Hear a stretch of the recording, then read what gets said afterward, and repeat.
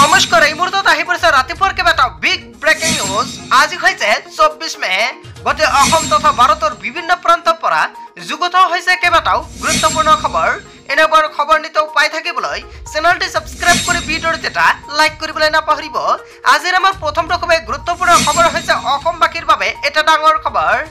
প্ৰধানমন্ত্ৰী নৰেন্দ্ৰ মোদীয়ে নিজকে ভগৱানৰ অৱতাৰ বুলি ভাবে এয়া মন্তব্য কৰিছে অখিল গগৈয়ে কেইবাটাও মন্তব্য কৰিছে প্ৰধানমন্ত্ৰী নৰেন্দ্ৰ মোদীৰ বিৰুদ্ধে। হয় বন্ধু-বান্ধৱীসকল, আচলতে প্ৰধানমন্ত্ৰী নৰেন্দ্ৰ মোদীয়ে নিজকে ভগৱানৰ অৱতাৰ বুলি ভাবে নেকি?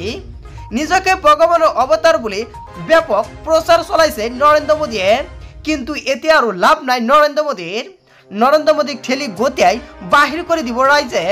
সমগ্ৰ দেশৰ জনতাই এতিয়া নৰেন্দ্ৰ মোদীৰ প্ৰকৃত চৰিত্ৰ বুজি পাইছে।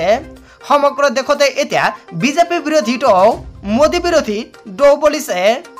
এইবাৰ কত নৰেন্দ্ৰ মোদীৰ ঢৌ নাই।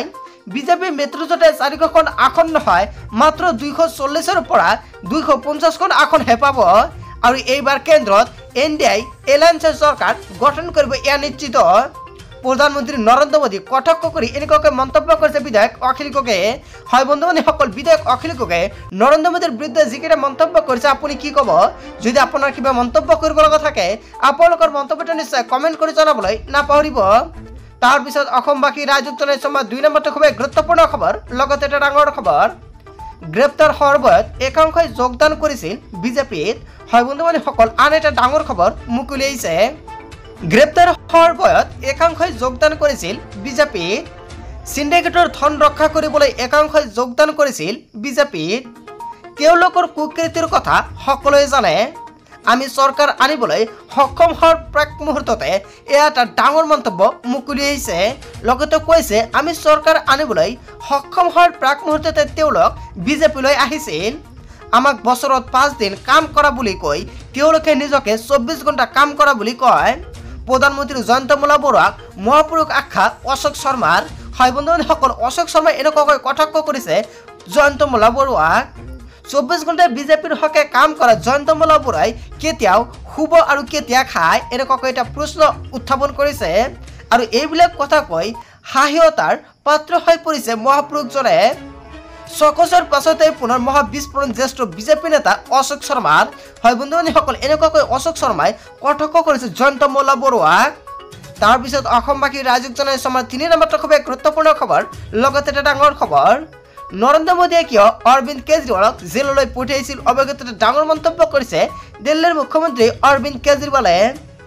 নৰেন্দ্ৰ মোদীয়ে কিয় অৰবিন্দ কেজৰিৱালক জেললৈ পঠিয়াইছিল? উত্তৰ দিলে দিল্লীৰ মুখ্যমন্ত্ৰী অৰবিন্দ কেজৰিৱাল।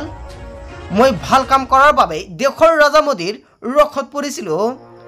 মোৰ কামত ভয় কৰি দেশৰ ৰজা মোদীয়ে মোক জেললৈ পঠিয়ালে। দিল্লীৰ উন্নয়নৰ বাধা দিবলৈ মোক গ্ৰেপ্তাৰ কৰালে মোদীয়ে। মই মুখ্যমন্ত্ৰী হৈ 500খন চৰকাৰী বিদ্যালয় বনালোঁ। কেৱল এয়াই নহয়, প্ৰধানমন্ত্ৰী হৈ মোদীয়ে কিমানখন বনালে দিল্লীৰ চৰকাৰ বিদ্যালয়। হয় বন্ধু-বান্ধৱীসকল, দিল্লীৰ চৰকাৰে যিখন বিদ্যালয় বনাইছে লগতে মহল্লা কিনি সকলো বন্ধ কৰিব বিচাৰিছে এয়া মোদীয়ে। মই জেলত থকাৰ সময়ত মোক ঔষধো দিয়া নাছিলে। 4 জনত প্ৰধানমন্ত্ৰীৰ চকী এৰিব লাগিব মোদীয়ে।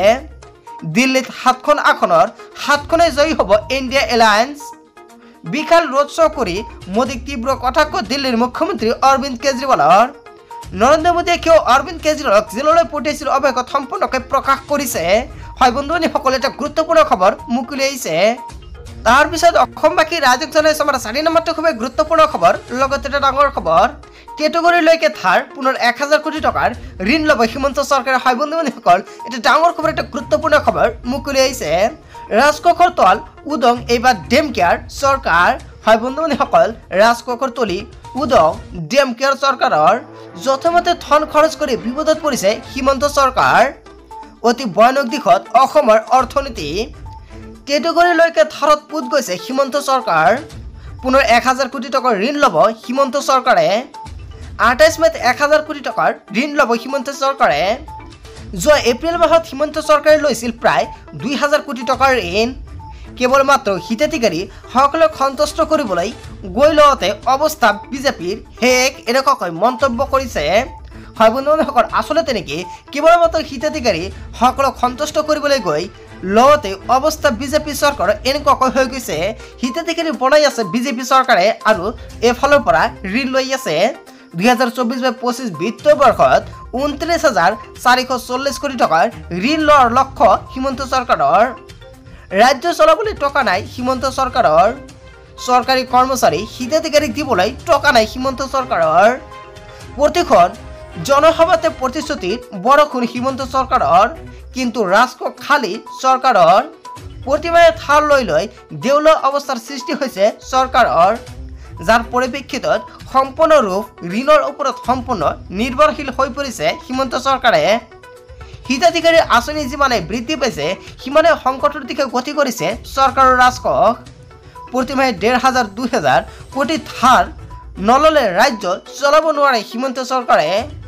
এফালে ৰাজহ সংগ্ৰহৰ নামত নিত্য ব্যৱহাৰ্য সামগ্ৰীৰ মূল্য বৃদ্ধি কৰৰ বোজা আনফালে লাখ লাখ হিতাধিকাৰী সৃষ্টিৰ ঘোষণা আৰু প্ৰতিশ্ৰুতি পূৰণ কৰিবলৈ ধাৰৰ বোজা সৰ্বানন্ত সদনৰ 5 বছৰীয়া কাৰ্যকালতহে লোৱা হৈছিল 48,000 কোটি টকা কিন্তু কেৱল হিমন্ত চৰকাৰৰ 3 বছৰীয়া কাৰ্যকালতে হলগৈ প্ৰায় 58,000 কোটি টকা বিজেপিয়ে ৰাজ্যখনত শাসনলৈ অহাৰ পূৰ্বে কংগ্ৰেছ চৰকাৰৰ দিনত ধাৰৰ পৰিমাণ আছিল মাত্ৰ 42,000 কোটি টকা আৰু 10 বছৰ মূৰতে এই ঋণ পৰিশোধৰ প্ৰক্ৰিয়া আৰম্ভ হ'ব এতিয়াই কৰৰ বজাত ককপকাই থকা জনতাই সেই সময়ত কি হ'ব অৱস্থা যি আঁচনিত নাই চৰকাৰৰ ৰাজহ সংগ্ৰহৰ বাবে কোনো অৰিহণা সেই আঁচনিত খৰচ কৰিছে কোটি কোটি টকা ধাৰৰ বোজা লৈ মুখত ডাঙৰ ডাঙৰ কথা কয় চৰকাৰখনে হয় বন্ধুবান্ধীসকল এটা ডাঙৰ খবৰ এটা বিগ আপডেট মুকলি আহিছে চ' বন্ধুবান্ধীসকল হিমন্ত চৰকাৰে যিখন এনেকুৱাকৈ ধাৰ লৈ আছে ইয়াৰ বিষয়ে জনতাই কি ক'ব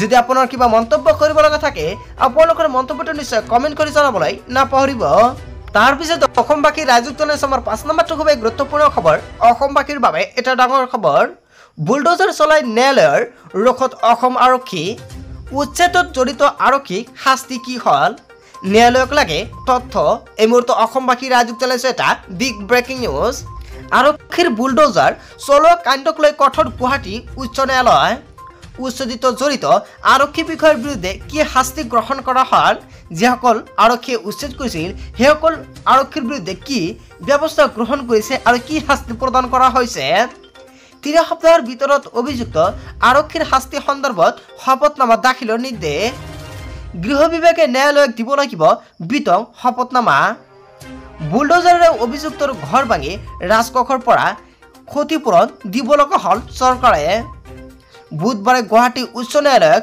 অৱগত কৰিছে অসম চৰকাৰে উচ্ছেদত জড়িত থকা বিষয় সন্দৰ্ভত তথ্য নজনালে গৃহ বিভাগে আৰক্ষীৰ জিম্মাত শফিকুল ইছলাম নামৰ এজনৰ মৃত্যুক লৈ সৃষ্টি হৈছিল উত্তেজনা লকাপত অভিযুক্তৰ মৃত্যুৰ পিছতে উত্তেজিত ৰাইজে জ্বলাই দিছে বটদ্ৰৱা থানা আৰক্ষী প্ৰশাসনে থানা জ্বলোৱা অভিযুক্তৰ ঘৰত চলাইছিল বুলডোজাৰ চলোৱা ঘটনাক লৈ গোচৰ ৰুজু কৰে গুৱাহাটী উচ্চ ন্যায়ালয়ে আৰু এই গোচৰৰ পিছতে অতিৰিক্ত মুখ্য সচিবৰ নেতৃত্বত গঠিত হৈছিল কমিটি আৰু কমিটিৰ জেৰাৰ সন্মুখীন হৈছিল তদানীন্তন এছপি লীনা দলে উচ্ছেদিত পৰিয়ালক ক্ষতিপূৰণৰ পোষকতা কৰিছিল বিশেষ কমিটিয়ে লীনা দলৰ লগতে 17 জন আৰক্ষী বিষয়াও সন্মুখীন হৈছিল জেৰাৰ বুলডোজাৰ চলাই ন্যায়ালয়ৰ ৰোষত পৰিছে অসম আৰক্ষী হয় বন্ধুবান্ধীসকল এটা ডাঙৰ খবৰ এটা গুৰুত্বপূৰ্ণ খবৰ মুকলি হৈছে বন্ধুবান্ধীসকল গোটেই অসম তথা ভাৰতৰ বিভিন্ন প্ৰান্তৰ পৰা যুগুত হৈছে কেইবাটাও গুৰুত্বপূৰ্ণ খবৰ